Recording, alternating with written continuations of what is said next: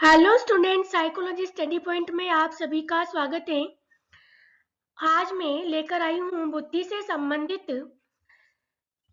Jensen का निष्पत्ति सिद्धांत।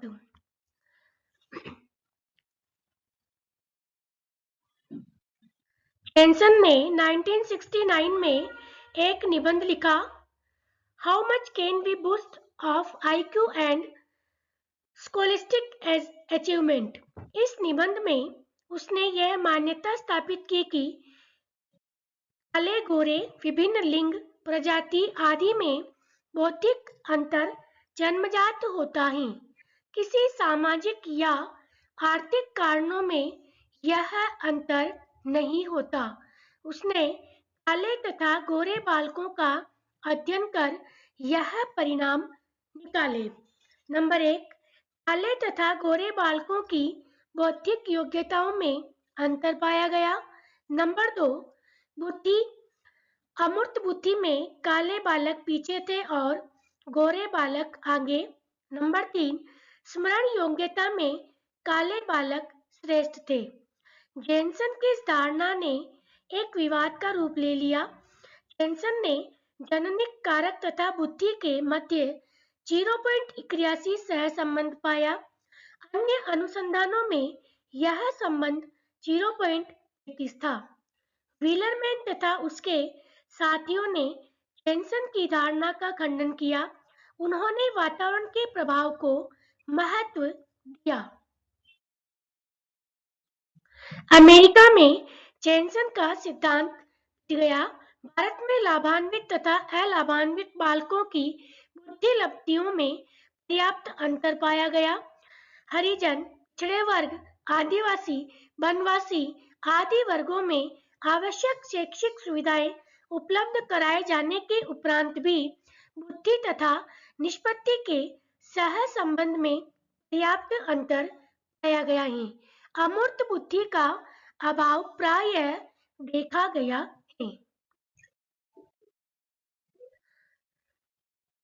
सूचना संक्रिया सिद्धांत, इंफॉर्मेशन प्रोसेसिंग थ्योरी। इस सिद्धांत के प्रवर्तक स्टेनबर्ग हैं।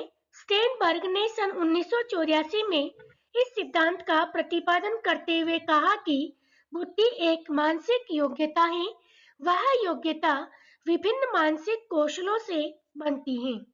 विभिन्न घटकों के द्वारा प्राप्त सूचनाओं के आधार पर व्यक्ति अपनी समस्याओं का समाधान करता है। सूचना संक्रिया सिद्धांत के अनुसार स्टेनबर्ग ने बुद्धि के बीच 5 घटक बताए हैं। पहला घटक है मेगा घटक। उच्च कोटि की जटिल समस्याओं के समाधान में ऐसा घटक क्रियाशील होते हैं। नंबर 2, क्रियात्मक घटक। यह घटक निर्णय, योग्यता आदि में सहायक होते हैं। नंबर 3, अर्जना घटक। इन घटकों की सहायता से अर्जन सेवा वाली क्रिया में संचालित होती हैं। नंबर 4, धारणा। इस घटक में स्मृति के अंग यथा अधिगम, धारणा, अभिज्ञान तथा पुनःस्मरण आदि आते हैं।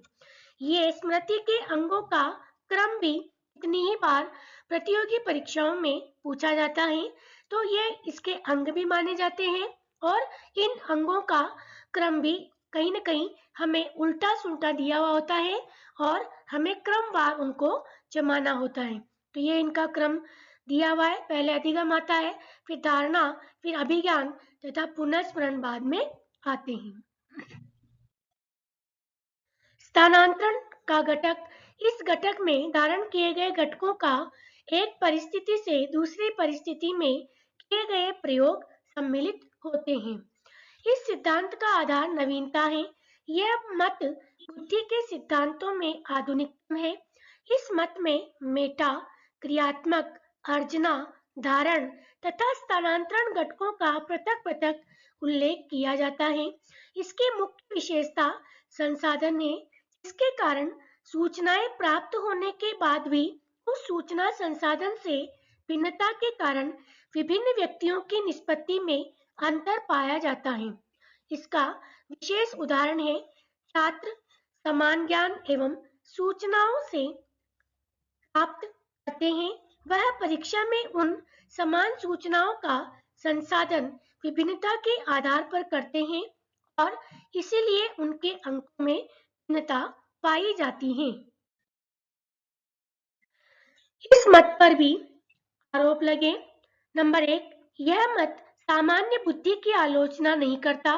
नंबर 2, विशिष्ट बुद्धि की व्याख्या भी इस मत के आधार पर नहीं की जा सकती। नंबर 3, इस मत की विश्वसनीयता तथा वैधता सीमित है।